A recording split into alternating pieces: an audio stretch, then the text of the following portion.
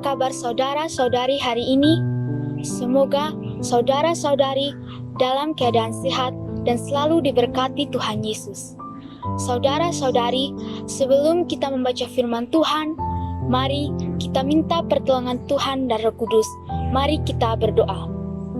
Tuhan Yesus yang baik, terima kasih untuk kesempatan hari ini.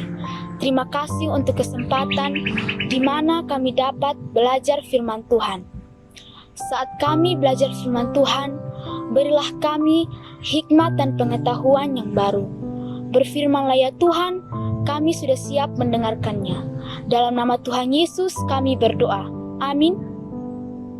Firman yang datang pada saat ini terambil dari Galatia 2 ayat 19 sampai 21. Sekali lagi, Galatia 2 ayat 19 sampai 21. Firman Tuhan berbunyi demikian. Sebab aku telah mati oleh hukum Taurat untuk hukum Taurat, supaya aku hidup untuk Allah. Aku telah disalibkan dengan Kristus. Namun aku hidup, tetapi bukan lagi aku hidup sendiri yang hidup, melainkan Kristus yang hidup di dalam aku. Dan hidupku yang kuhidupi sekarang di dalam daging adalah hidup oleh iman dalam Anak Allah yang telah mengasihi aku dan menyerahkan dirinya untuk aku. Aku tidak menolak kasih karunia Allah, sebab sekiranya ada kebenaran oleh hukum Taurat, maka sia-sialah kematian Kristus. Demikian jauh pembacaan firman Tuhan. Yang dikatakan berbahagia adalah setiap kita yang mau membaca, mendengar, merenungkan, dan melakukan firman Tuhan dalam hidup hari lepas hari. Saudara-saudari, tema renungan kita pada saat ini yaitu Kristus hidup dalam hidupku. Sekali lagi, Kristus hidup dalam hidupku. Saudara-saudari, setiap orang yang telah mendapatkan anugerah keselamatan dari Tuhan Yesus akan bergabung dalam sebuah komunitas baru yang memang berbeda dengan komunitas sebelum percaya kepada Tuhan Yesus. Hal ini sesuai dengan perjalanan kehidupan Rasul Paulus. Saudara-saudari, hari ini kita akan belajar dua hal. Yang pertama, ciri-ciri umat Tuhan dalam perjanjian baru.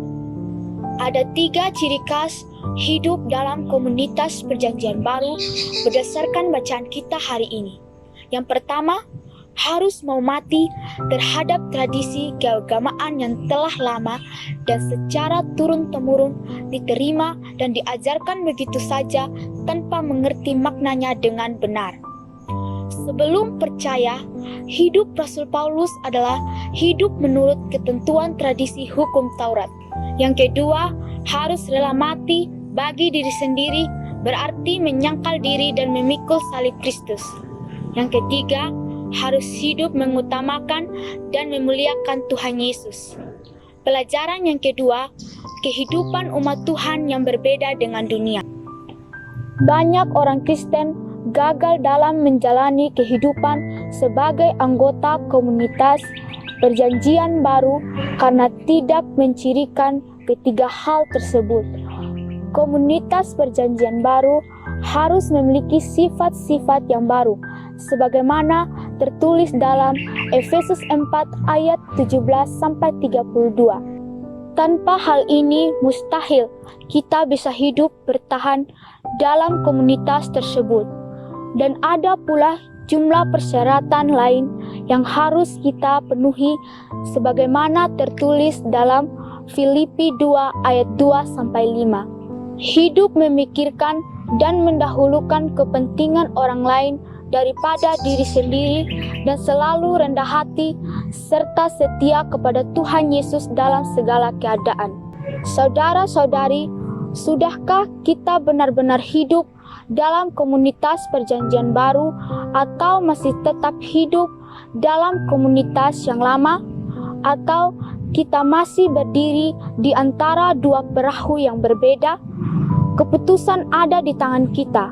Komunitas perjanjian baru tidak bisa hidup dalam kompromi dan pola hidup yang lama, sebab semuanya akan sia-sia saja. Amin untuk firman Tuhan. Mari kita berdoa. Tuhan Yesus, terima kasih untuk kebenaran firman-Mu yang mengajarkan kami untuk selalu hidup dalam kehidupan-Mu dan meninggalkan hal-hal yang lama. Tuhan, ajari kami untuk selalu berdiam dalam hidup-Mu dan tenang bersama-Mu. Tuhan Yesus, ini doa kami, dalam nama Tuhan Yesus kami berdoa. Amin.